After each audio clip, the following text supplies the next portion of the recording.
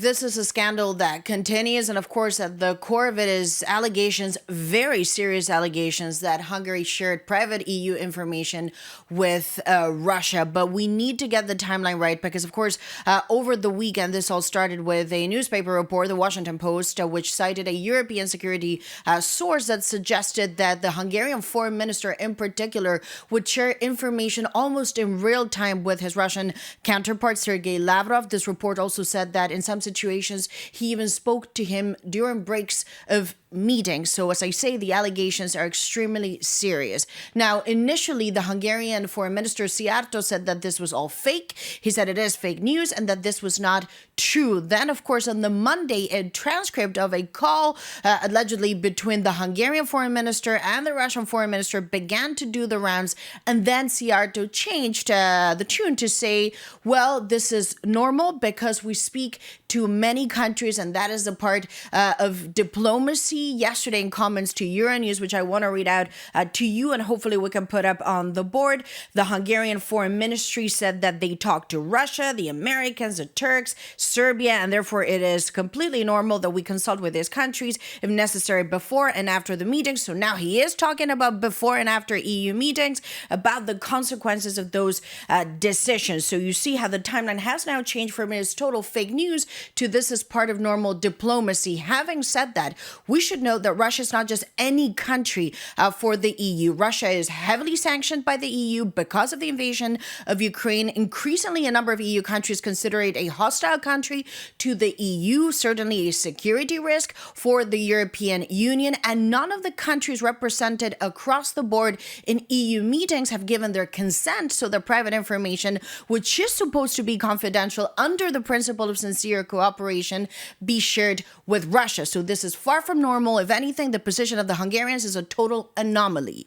And that's why we've seen Prime Minister Donald Tusk of Poland. He's furious, right? Well, the Polish are really pushing into this line. Yesterday, the Polish Prime Minister Donald Tusk, the behavior of the Hungarian foreign minister is, quote, a disgrace. He also repeated a line that he said over the weekend. He is the first and at this point only EU leader to have commented on this. But he did say over the weekend that for many years he suspected this.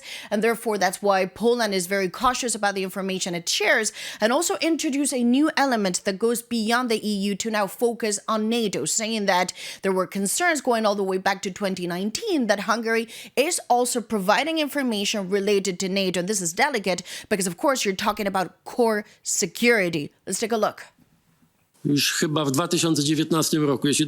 early as 2019, as I recall correctly, Lithuania requested that the Hungarian delegation should be excluded from meetings at NATO. They informed that they suspect the Hungarian delegation to pass highly confidential information to Moscow. Najwyższym statusie dyskrecji do Moskwy.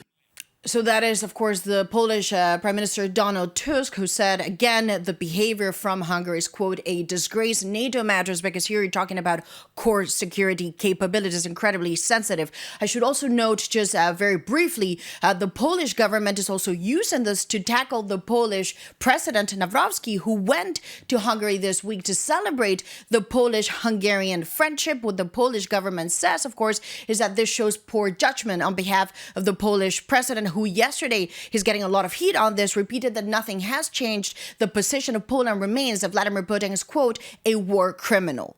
And meanwhile, what can Brussels do? What can the Commission do? Well, that's a very good question. It's a question that I put to sources yesterday. Some of them told me, look, this is a scandal. It's outrageous. It's unacceptable, but also said, color me shocked, color me surprised. There's been concerns for years now that when you talk to the Hungarians, you're not just talking to the Hungarian authorities. A diplomat told me this is why we've switched the way that we work. Increasingly, there's a coalition of the willing, so countries that get together that do not include Hungary to talk about security. There's also now a question about should the format of meetings be changed. Sometimes phones do get taken in. There is restrictive format, but this is not always applied into every meeting. And we've seen that the head of the European diplomacy, Kaja Kallas, is now demanding an answer from the Hungarians saying, did you share or not information, whether it was before or after. The point we need to stress is that none of the EU 26 countries around the table consented to this information being shared with Russia in any way, shape, or reform. And this is certainly going to now prompt